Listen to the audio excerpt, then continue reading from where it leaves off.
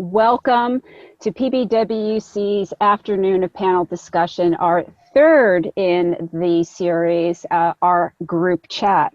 For those of you who were not able to join our first two sessions, they have been recorded and will be available to you to download at your leisure.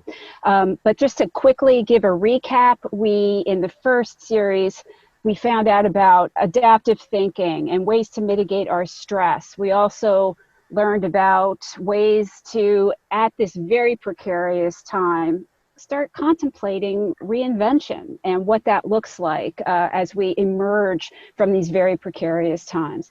On the second discussion, we talked about our inner critic and ways to combat that. Very important in what's going on around us today.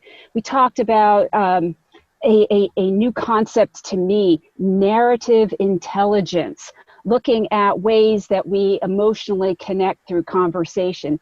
Absolutely important when you're talking about virtual connectivity.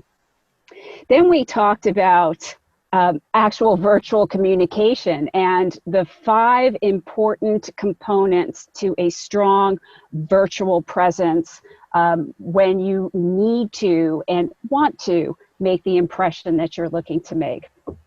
We also, at the end of both of these discussion panels, unpacked some of the thoughts and bantered around questions. And so I hope you will tune into those presentations when you have a chance if you've missed them. But if you were on, you may have missed some gem, and I encourage you to go back and re-listen at your convenience. But right now, what I want to do is open it up to you all, because now is the time for you to tap into these amazing women that have, I'm getting choked up, that have given their time and their resources to be with us today, the day that was supposed to be our 31st annual conference. And because we were not able to convene, our community rallied and put together this amazing afternoon for us. And I can't thank every single woman on this panel enough. And for Stephanie Heischman, who made this all happen by reaching out to Jess and Jess reaching out to her community and everybody rallying to make sure that PBWC had an afternoon for its community to make a difference. So thank you so very much, and I'll hand it back to Jess and Teen to kick us off. Excellent. Thank you, Chris. And I'm a little mad at you for making me cry 3 times in one day. So, hey, if you can't make people cry in a good way, you know, you're not communicating effectively virtually. It is true. If we've learned anything, excellent. That's right. So just a reminder, some housekeeping pieces, and then I thought I would kind of give everyone, Stephanie, you're going to be up first, an opportunity to kind of introduce themselves in case you're watching the recording independently. The question and answer is open, so if you have any questions, please feel free to post them in there, either for an individual or generalized questions. But really, I'm hoping just to kind of have an organic conversation, and not kidding. I'm going to pretend we're at Sexy Brunch, because ultimately that is what I'm missing right now, is the ability to like super hyper order exactly what I want with extra olives. So that's what we're going to do. Welcome to Sexy Brunch, also known as the panel discussion afternoon. And like Chris said, this wouldn't have happened without Stephanie. So Stephanie, will you please introduce yourself? Yes, thank you. So I'm Stephanie Heischman, and I'm PBWC's program director, and have the great fortune of procuring and bringing all of you together today. And I'm really excited about what's happened in the last few hours.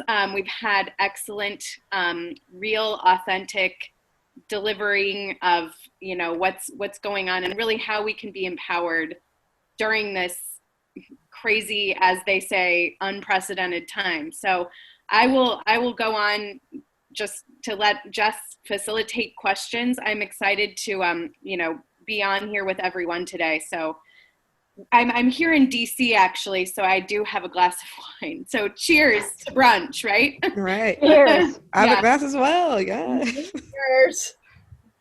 So Courtney, I'll have you go next to introduce yourself, and then Liz, you're on deck. You got it, sister. Hey, I am Courtney Clark. I am in Austin, Texas. I've been in Austin, Texas for several weeks now, which is pretty unusual for me. And my work is in the area of resilience and adaptive thinking. Excellent. Thank you so much, Liz. And then Christina, you're on deck. So I'm Liz Green. I'm in Wisconsin, and we haven't had dinner yet, so I have no wine yet, which I'm a little bit jealous about. And I talked about how do we cope with all of this uncertainty and why uncertainty is so stressful and what we can do about that. And if you have questions, you're wondering, where is that Q&A thing Jess keeps talking about? If you move your mouse all the way down to the bottom of your screen, you'll see it there. Just click on that and drop it in. Oh, excellent. Thank you, Liz. Christina, why don't you introduce yourself? Hey everyone, I am located in Brooklyn, New York, and I essentially focus on narrative intelligence as a consultant, a podcast host, or creator. That's all about using the psychological power of story to address social and cultural problems. And my mission in my work is to bring more racial and gender equity into leadership through narrative training. Excellent. Thank you. Courtney, it looked like you were going to say something. Did I forget something? No, you forgot nothing. But when Eliz was talking about the Q&A, I just noticed that Sandra, if you're still out there, I saw that you had raised your hand. So pop that into the Q&A because we would love to talk to you. Excellent. Thank you very much. And it is possible that Dr. Shirley Davis, Meg Baccaro, and Stacy Nadeau may also be popping into the conversation. They are primarily on the East Coast and having dinner with family currently, I believe, right now. Christina and Stephanie, thank you for also being East Coasters and still hanging out with us. So we'll see who ends up showing up. What I thought I would do for the first question, and so Chris and Stephanie, this one's really for you. And my job is to also make you cry. But what I thought was interesting is that for an organization that is based on online as well as in-person community at the conference for 30 years, this year being the 31st year, I thought that I would give y'all an opportunity to talk about how that community has helped you grow, both personally and professionally, and what are some of your, why do you keep showing up too? So Chris, we'll start with you and then we'll go to Stephanie. Oh, great question. So well, first of all, let me start by saying the PBWC's mission for gender equality and equal opportunity in the workplace is near and dear to my heart. I grew up in the era of where men were the driving force of everything. And I was one of the few women sitting at the table in a very large conference room, getting run over constantly.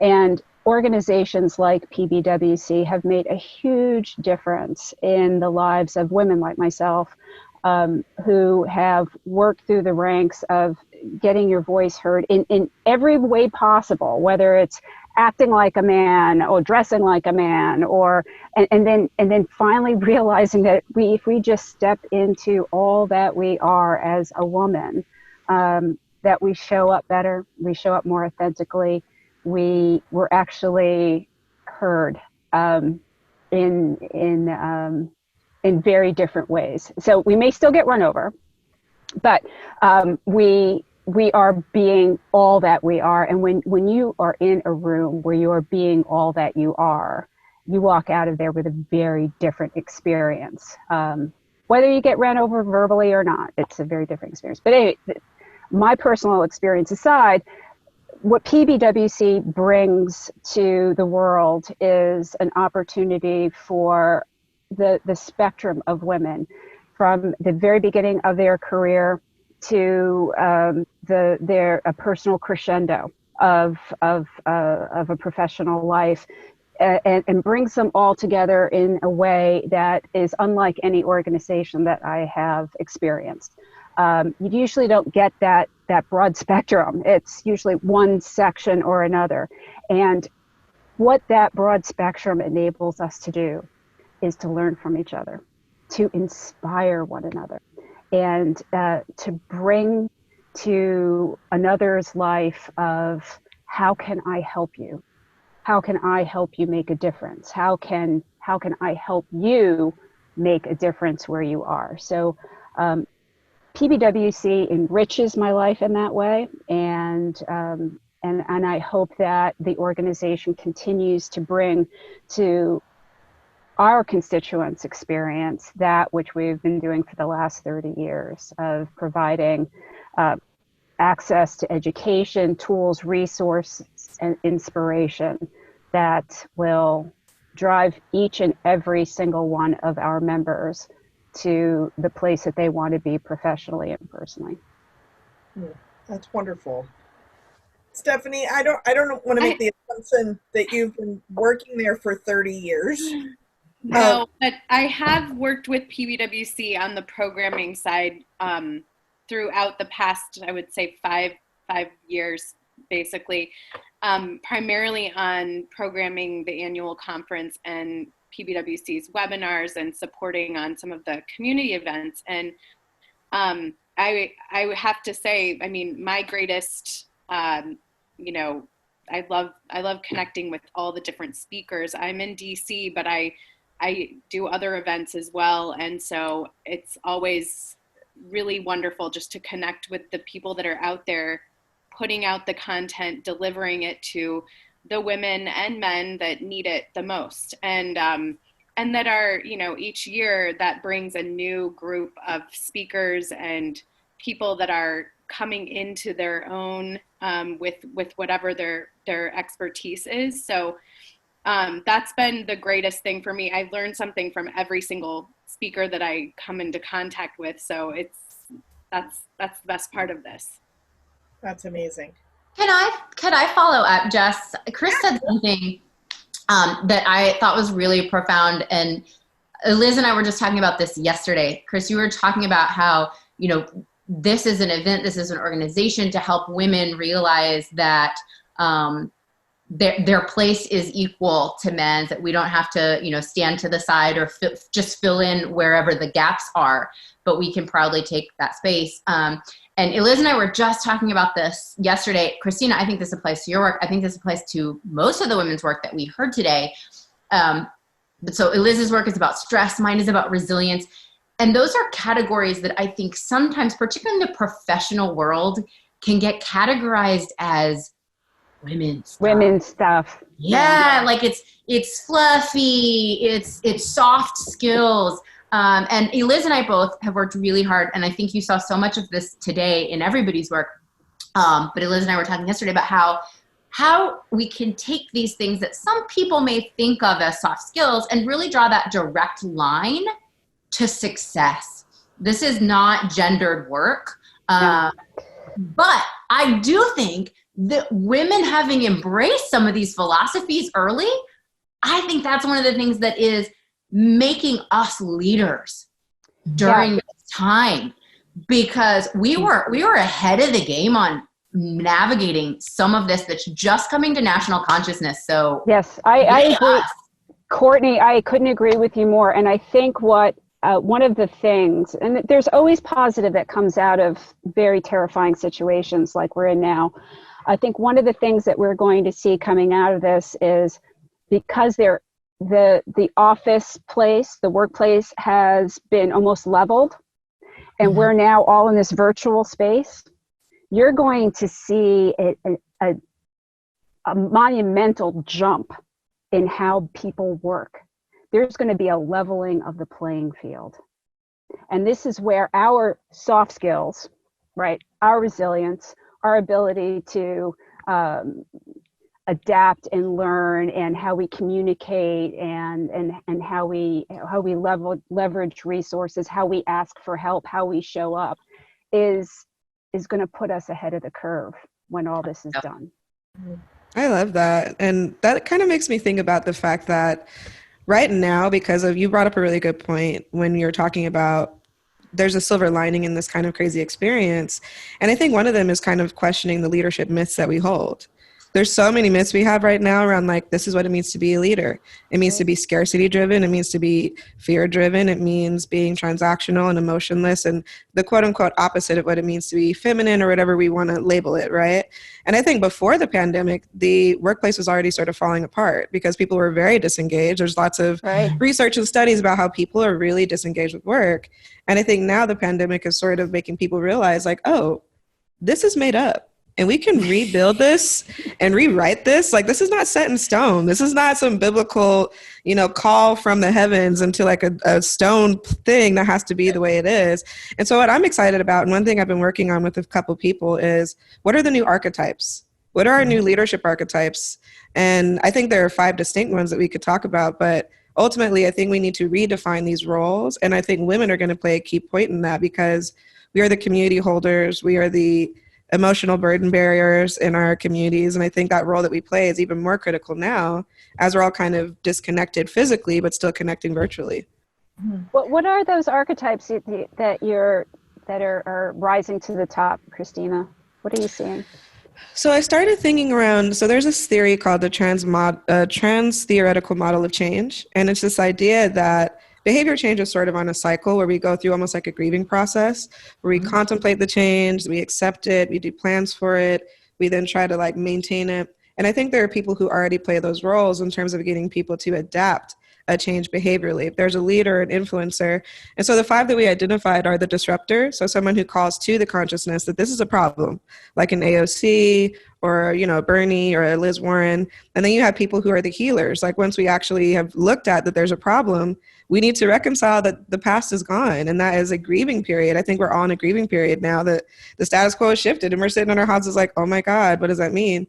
And then you have the visionary who's like, now that we've grieved, what does the future look like? What are we aspiring to? And that's like an Obama, right? And then we have the builder, who is actually the person who takes strengths and capabilities and puts them to work and actually makes process. And then the final kind of role that I think people play in the sort of navigating change is the guardian, which is a person that essentially holds history and is able to kind of recall the past, but in a way that makes us reminded why we shouldn't go back to the status quo. They're not stodgily like holding on to the past. They're like, listen, this is where we've been. Like a Maxine Waters, when she's like reclaiming my time. I'm not going back into this. So at this archetype paper we're writing, it's me and 2 other women who are voice coaches, and I'm working on the narrative intelligence part of it. But essentially, I think we have to figure out, what are we naming? What are the activities and the ways that the internal narratives are shifting for a leader, and how can we be more collaborative and take on different roles so we don't repeat what hasn't been working? And I think you making these spaces and being able to even hold this virtual conference is a big part of that. How do we keep reimagining things as we're sort of in a holding period right now? Yeah. Different does not have to mean less than. No, not quite the opposite.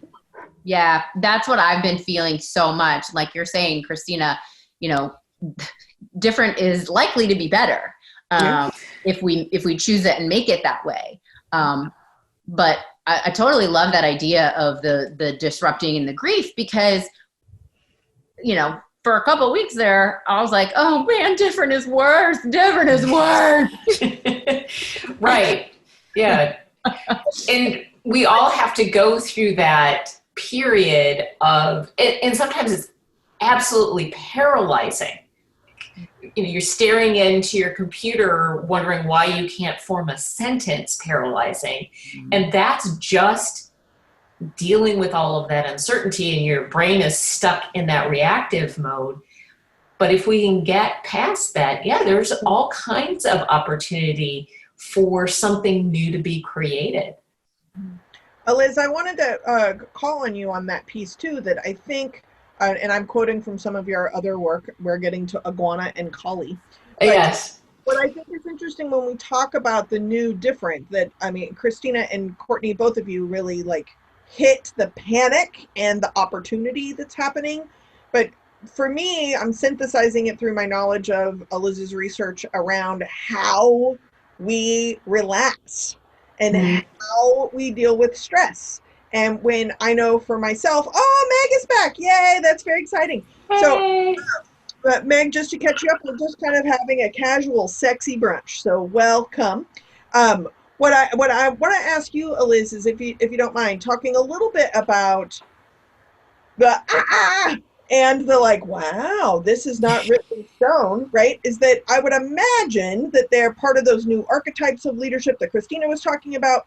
But the knee-jerk reaction that you call iguana, and the knee-jerk reaction that you call collie, which she's going to explain momentarily, is how we can deal with stress. But I imagine, I'm hypothesizing now, that when this is all a surprise and it was not planned. This was not in my calendar, just for the record, to be like, I'm not leaving and I don't know when I'm going again. And like, I'm going to have a little party fest because I'm going to listen to a podcast in my own car in the grocery store while wearing a face mask. Oddly, I did not have a calendar invite for that. Is my panic because I am an iguana when I need to unstress, but I feel like I have to be a collie because it's surprised? That's kind of my question. I'm going to shut up and let you mini keynote about what is she talking about, iguana and collie, and then Meg, we're going to have you pop in and talk about what you do. So the iguana border collie idea is really comes out of a moment in time when I went on vacation with my husband. It was his 50th birthday, and we did a scuba diving trip with two other couples. And I don't scuba dive, but he really loves it. And he thought this would be a great thing. They would go and do scuba diving in the morning, and then everybody would come back. And the people that we were with really enjoyed laying by the pool. And there were actual iguanas by the pool. Yes, did you have a question? Just identifying with my fellow iguana people. Okay. So they hung out at the pool with the actual iguanas, and they would have a little beverage, or they would have, read a book or have a little chat or have another little beverage. Now, I am a pale person. I cannot be in the sun that long, and my husband doesn't sit still. Yeah, I know. Courtney's like, yep. My husband doesn't sit still for that long. So we would go and, take the little sailboat out or go swimming in the ocean and then come back to the pool, or we'd go to town and then come back to the pool. Because we're social, we would always go back to the people who we started to refer to as the iguanas and hang out by the pool. Until one day, one of the gentlemen said, "You are go, go, go all the time. When are you going to relax?" And my husband said, "I am relaxed. I'm like a border collie. If I don't have something to do, I start chewing on things." And it was one of those moments in a marriage where you're like, oh, yeah, that makes a lot of sense. And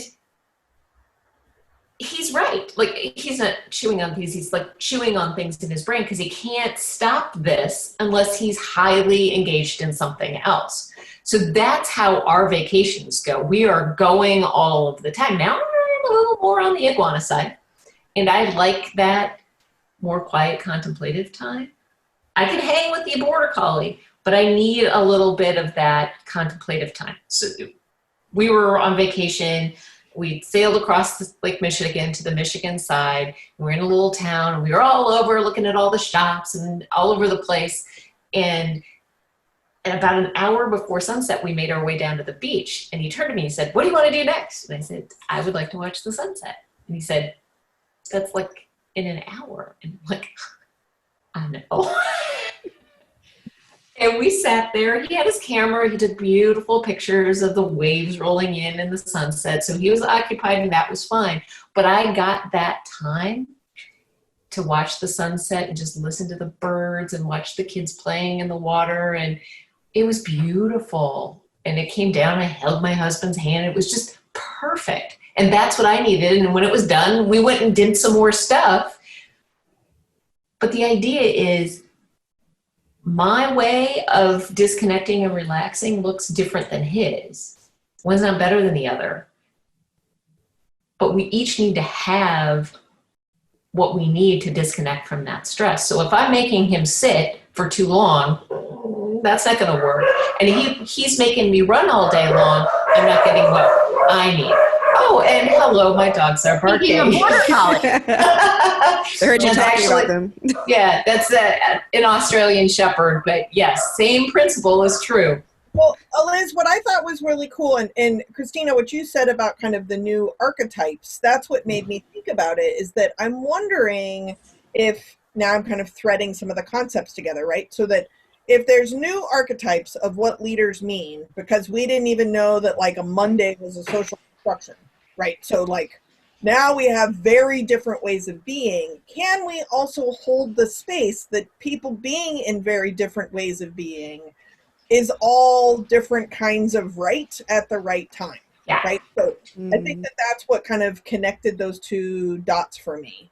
And I think the extrapolation there is now that we're in quarantine with people who may need very different things in order to disconnect, and providing not just the physical space, but the sort of emotional space for each other to have what they need really is important. I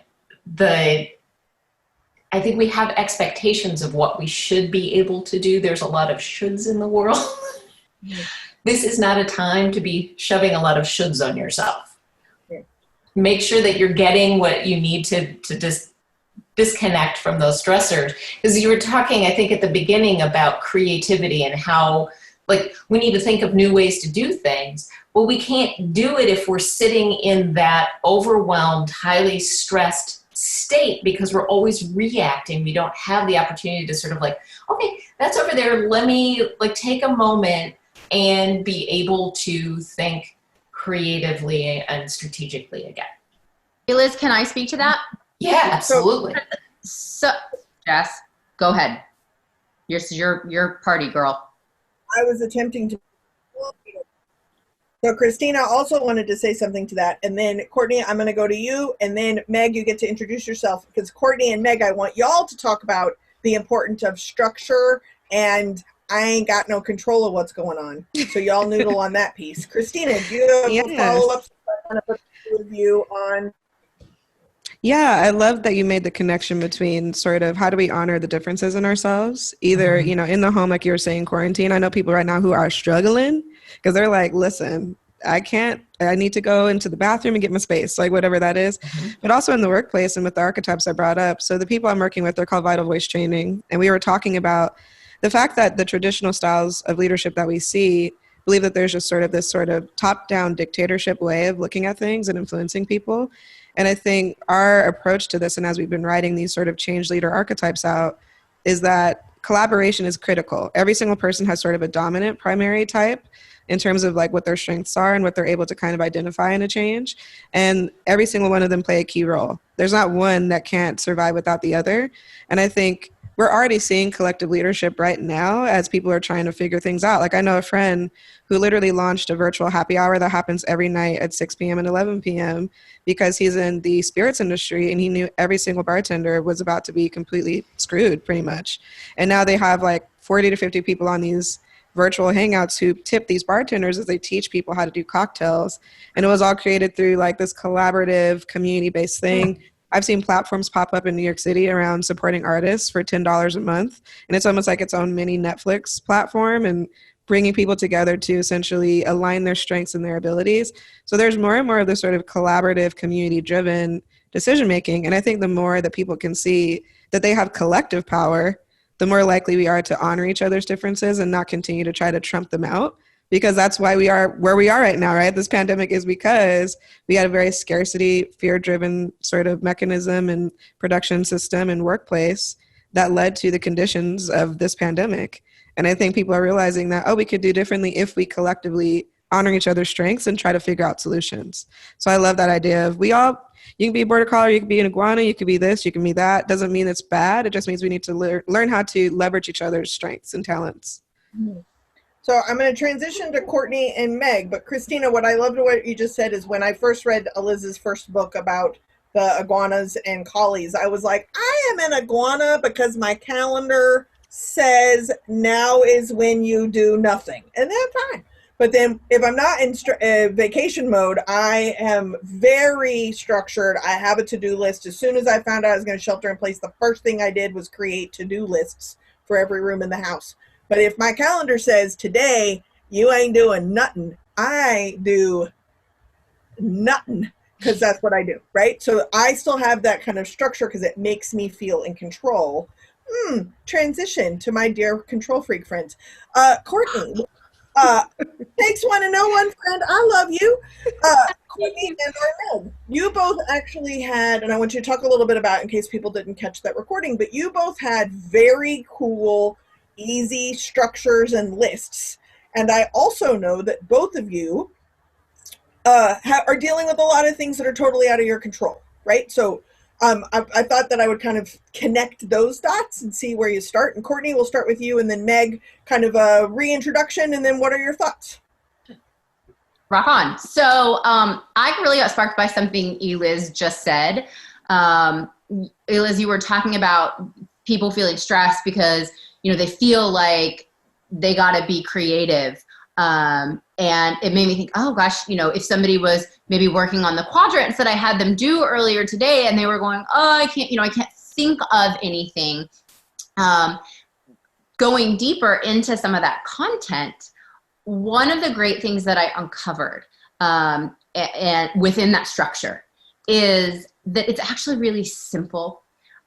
We sometimes think of like creative thinking as we got to brainstorm, or that's only for artistic creative types. And what I have come to realize in doing this research is it actually comes down to a simple question.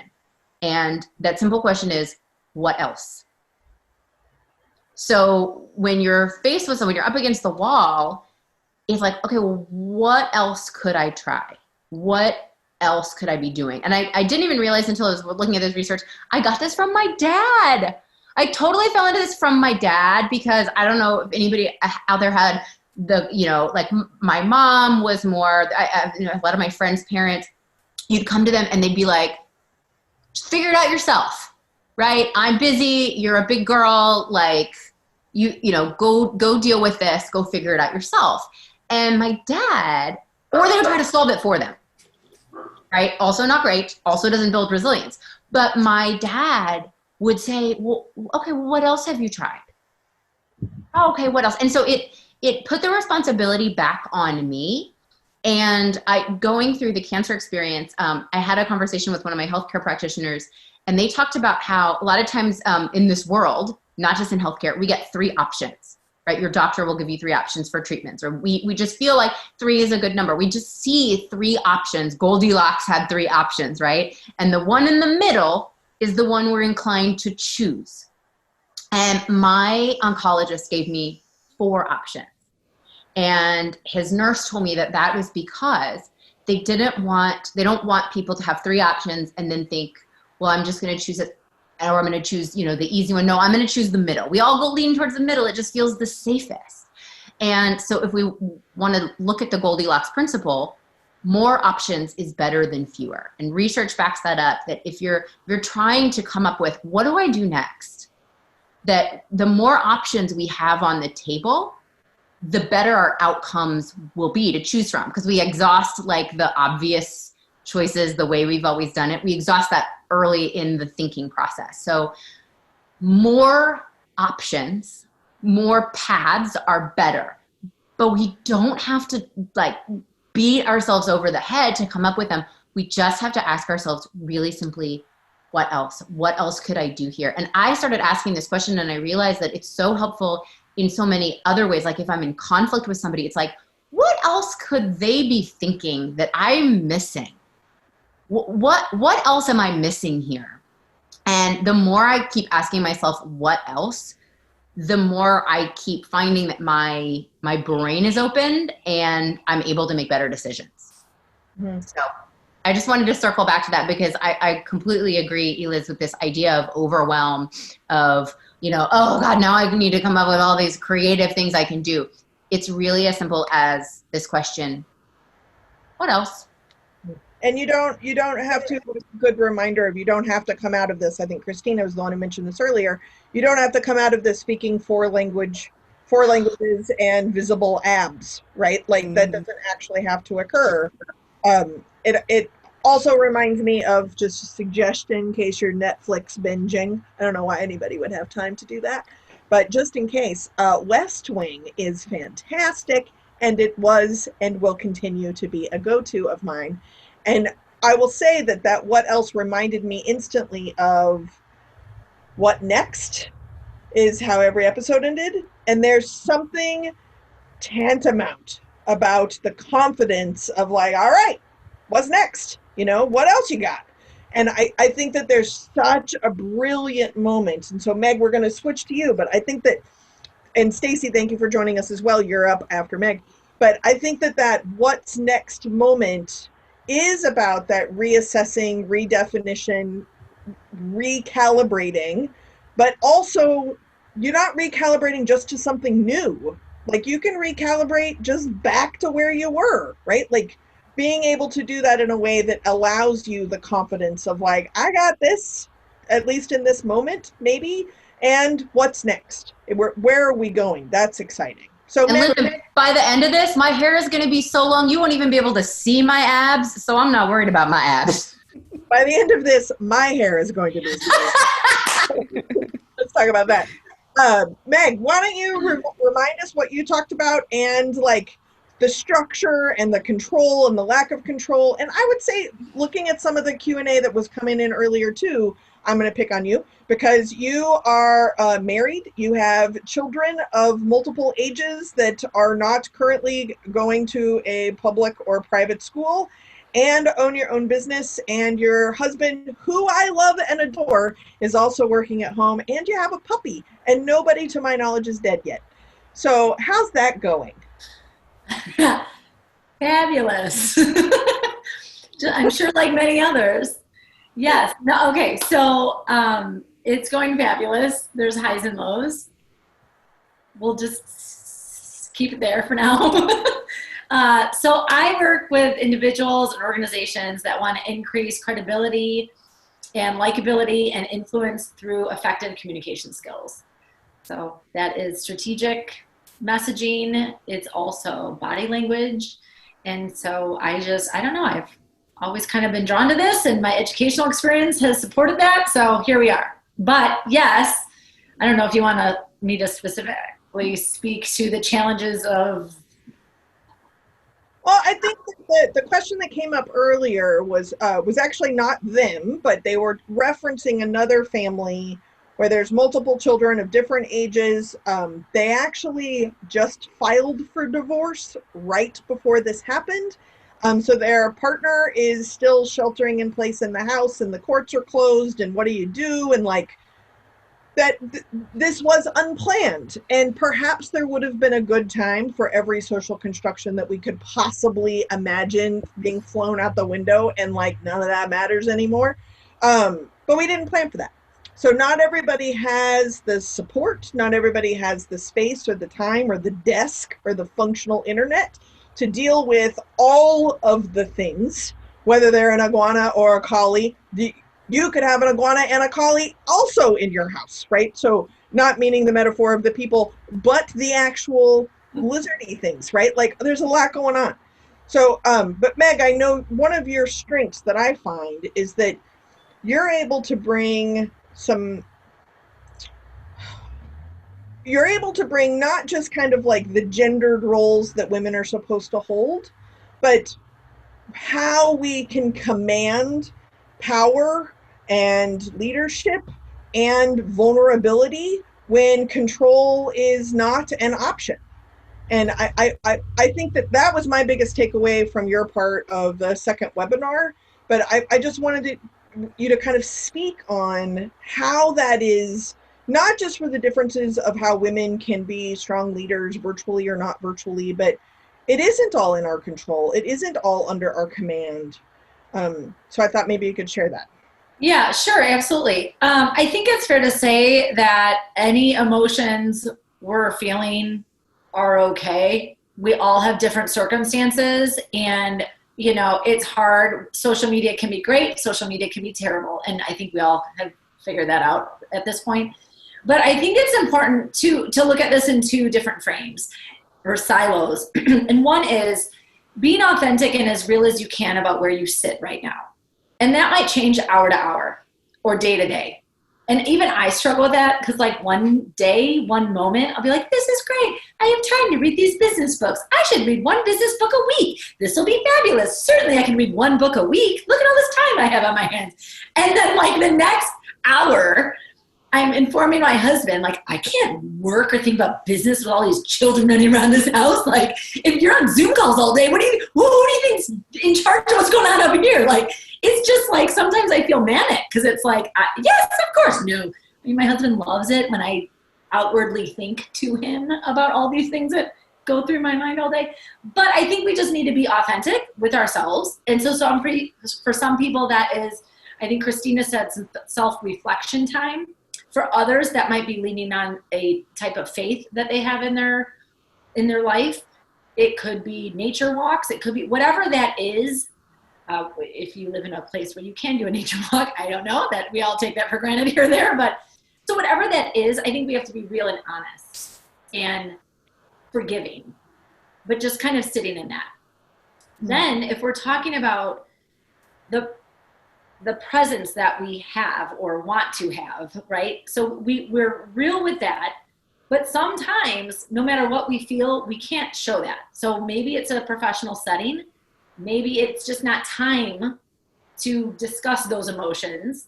And I think the first thing that's easiest is just to kind of separate the thoughts from your body. I know that sounds a little strange, but if we're talking about body language, you know, it's so interesting to me when there's incongruency between the words we speak and what our body language is saying. People trust our body language more than our words. It's proven. There's theoretical dissertations all about it in the communication field.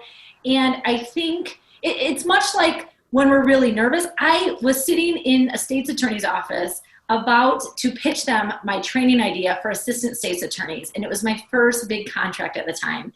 And I was nervous. This is like an elected official, and I'm in the corner office with this guy and his staff. But before I even got in there, I was so nervous. But I found myself in the waiting room like, wait a minute. He doesn't know I'm nervous. I can't look like I'm nervous. So what should my body be doing right now? And I just had to like snap myself out of it. It doesn't matter what I'm feeling in that moment. I needed to look like I knew what I was doing, that I was credible as all get out, and I needed to look like that. So I think part of it is, number one, be okay with your feelings. Give yourself some space, like Christina said, to self-reflect, whatever that looks like. But then when it is go time, check your body.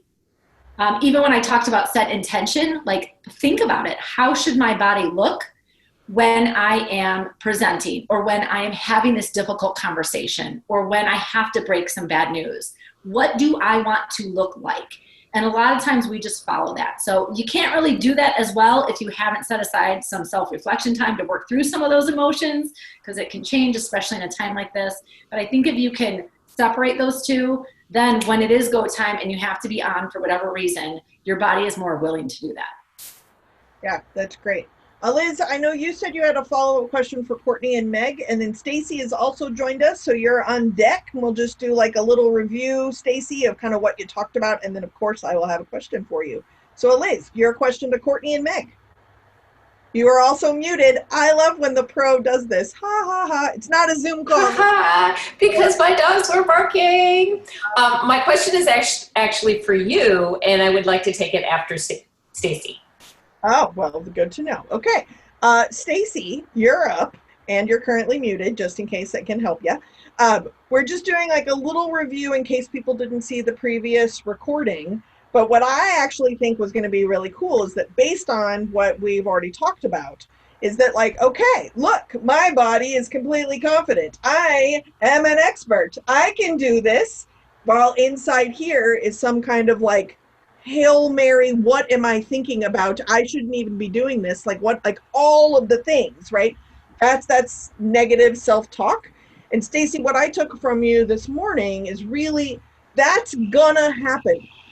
And it's up to me to recognize that's happening again. Reach out to my friends, seek assistance, and keep it in check. Not, please hear this, not squeegee it away like I don't even have those feelings either, because that's not being authentic. So can you talk a little bit about that balance inside, and outside? Absolutely. So if you weren't with us earlier, I think what's probably clear to know about me is my obsession with helping you understand your self-talk, how it plays a huge role into your confidence, and how that and those pieces in turn play a huge role into how you show up in all the facets of your life, as a leader, as an employee, as a partner, as a caregiver, as a parent, all the things. And for me, I spent years trying to just get rid of it as fast as I possibly could. Because to me, confidence and success meant you never felt these things. You never had negative self-talk. You never experienced imposter syndrome, etc. And it truly wasn't until I leaned into these feelings and went like, wait a second, what are they trying to tell me? What are they trying to motivate me to do? How are they trying to help me? That everything shifted for me. And I think this is commonplace knowledge at this point. But I think the difference is understanding how to actually take the next steps for yourself. So what I mean by that is it's very easy to read all the biographies of all the very famous, rich, successful, however you define those people to be. And you'll always find a story where they thought negatively, or they almost didn't do something, or they didn't do something, or they failed. But I think the difference between those people and me years ago, or still me today sometimes, is activating and doing it anyway. And befriending the critic and figuring out why the critic is there. So for me, my work has become obsessive in the way that I believe in the capability of people. And I often believe in the capability of people before they believe in it themselves. And if I can try to figure out tools to help you activate and remember your capability, then that is truly, right, what will make this world better is that like everybody remembers their own capability. And I use remember strategically. It's not that you have to find it. It's not that you have to go figure it out. You have it. It's remembering it. It's getting back in touch with it. So that's sort of the overview of what I talked about. Moving forward, I think it's about choice. And I think it's about choosing each moment right now. What am I going to choose to do? Is right now a moment to Netflix, or is right now a moment to reflect, or is right now a moment to work or read a personal development book? All are okay. Just it's choice. Which one am I going to do right now? How am I going to be kinder to myself right now? How am I going to use a tool that Stacy or another speaker on this webinar gave me that I can try to take one step closer to my goals? One small step. I appreciate that. And I think that the space to remember also harkens back to Courtney's quadrant activity in the first webinar about like, what are you doing? What's new? What are new ways of doing old things, being creative and kind of about that. That's a great activity. And it also harkens back to Christina's activity of like, ask yourself these questions. I mean, in the middle webinar, I am willing to bet some of you were super uncomfortable that it was silent for 3 minutes as you walk through this activity. And by at least the third minute, somebody was like, this is amazing. What's incredible about silence is it's free. You can be silent almost any time if you have control of the amount of audio stimulation you have. So I just want to shout back out to like the ability to have that space and how we like try to fill up that space, because sometimes having the space is like staring into the sun. And sometimes you need to put sunglasses on and go stare into the sun or the sunset. So with that transition back to Liz, you got to see a beautiful sunset. See what I did there? Masterful. As I'm here. I would expect nothing less than masterful.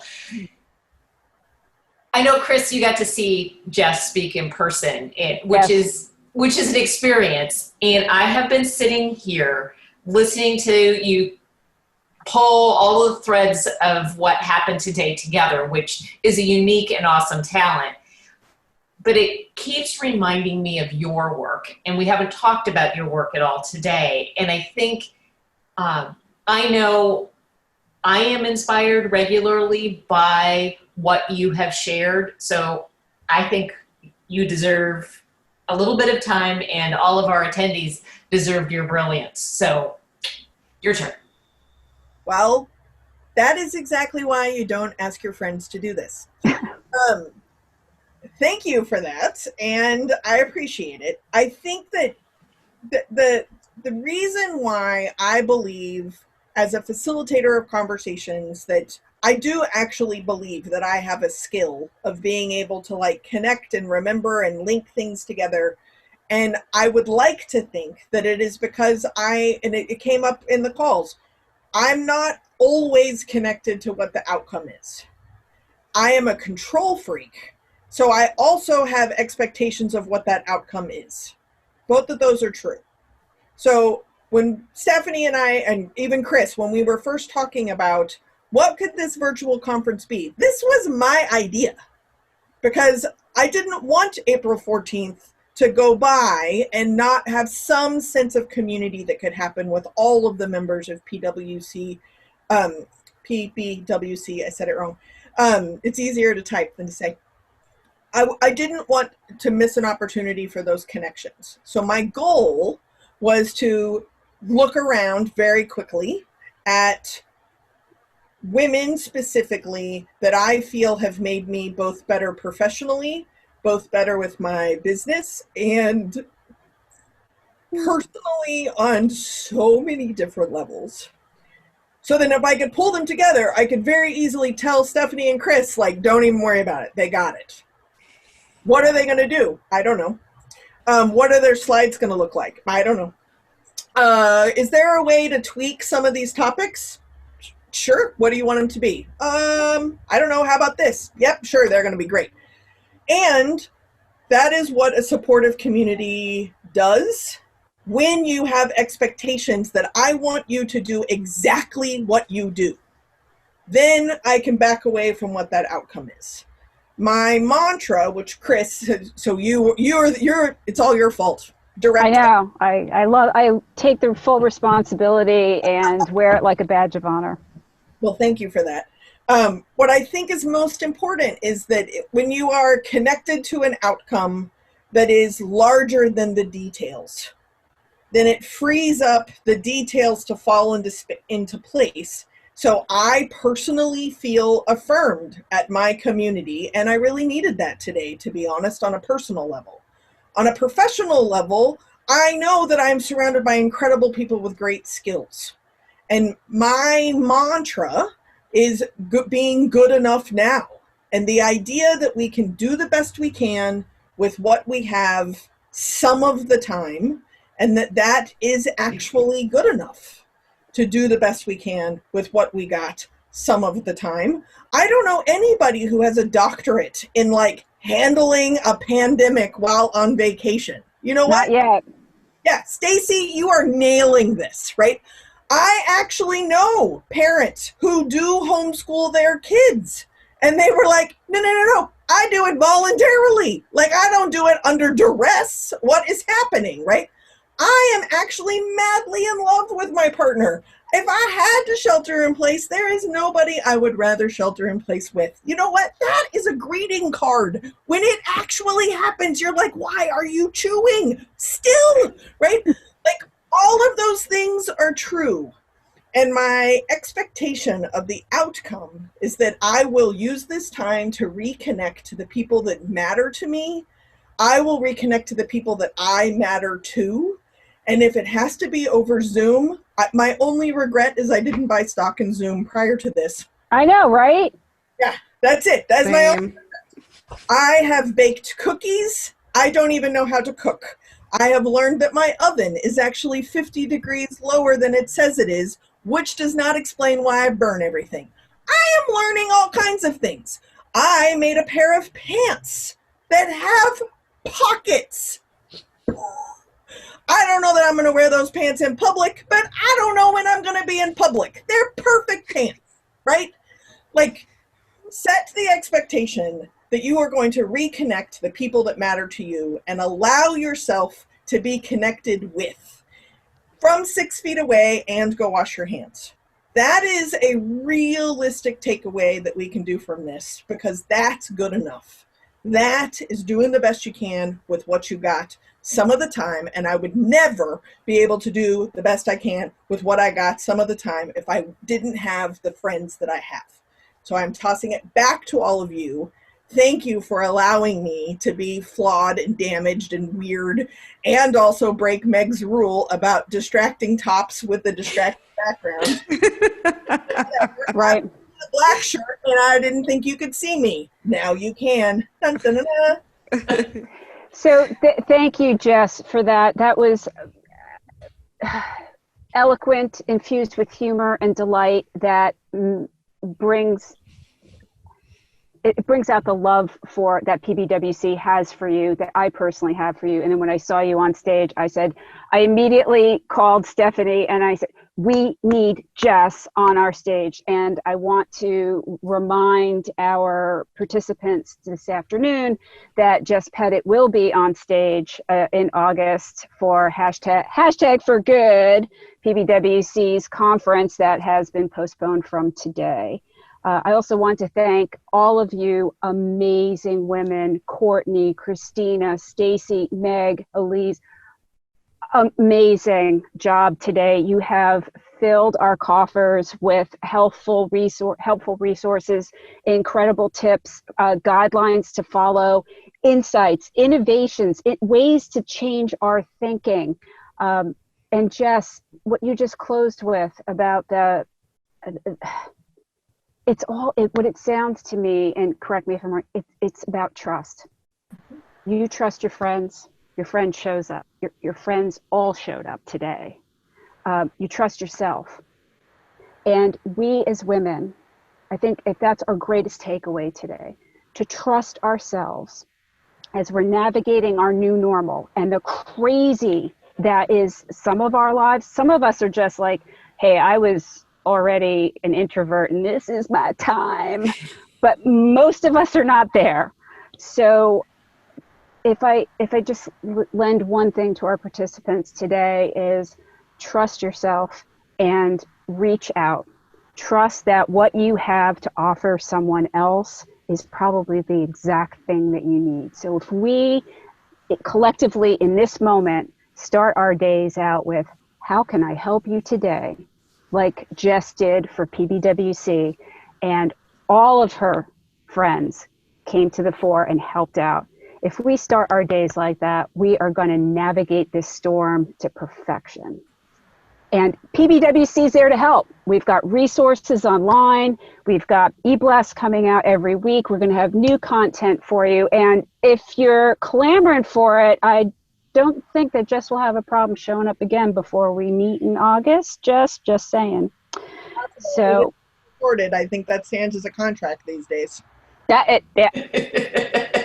Shaking on it, sister, shaking on it. So thank you, ladies, all so much for your professionalism, your sisterhood, and your expertise. You have enlightened us today, and we can't thank you enough for it. Thank you so much. Thank you. Thanks for having us. Thank you.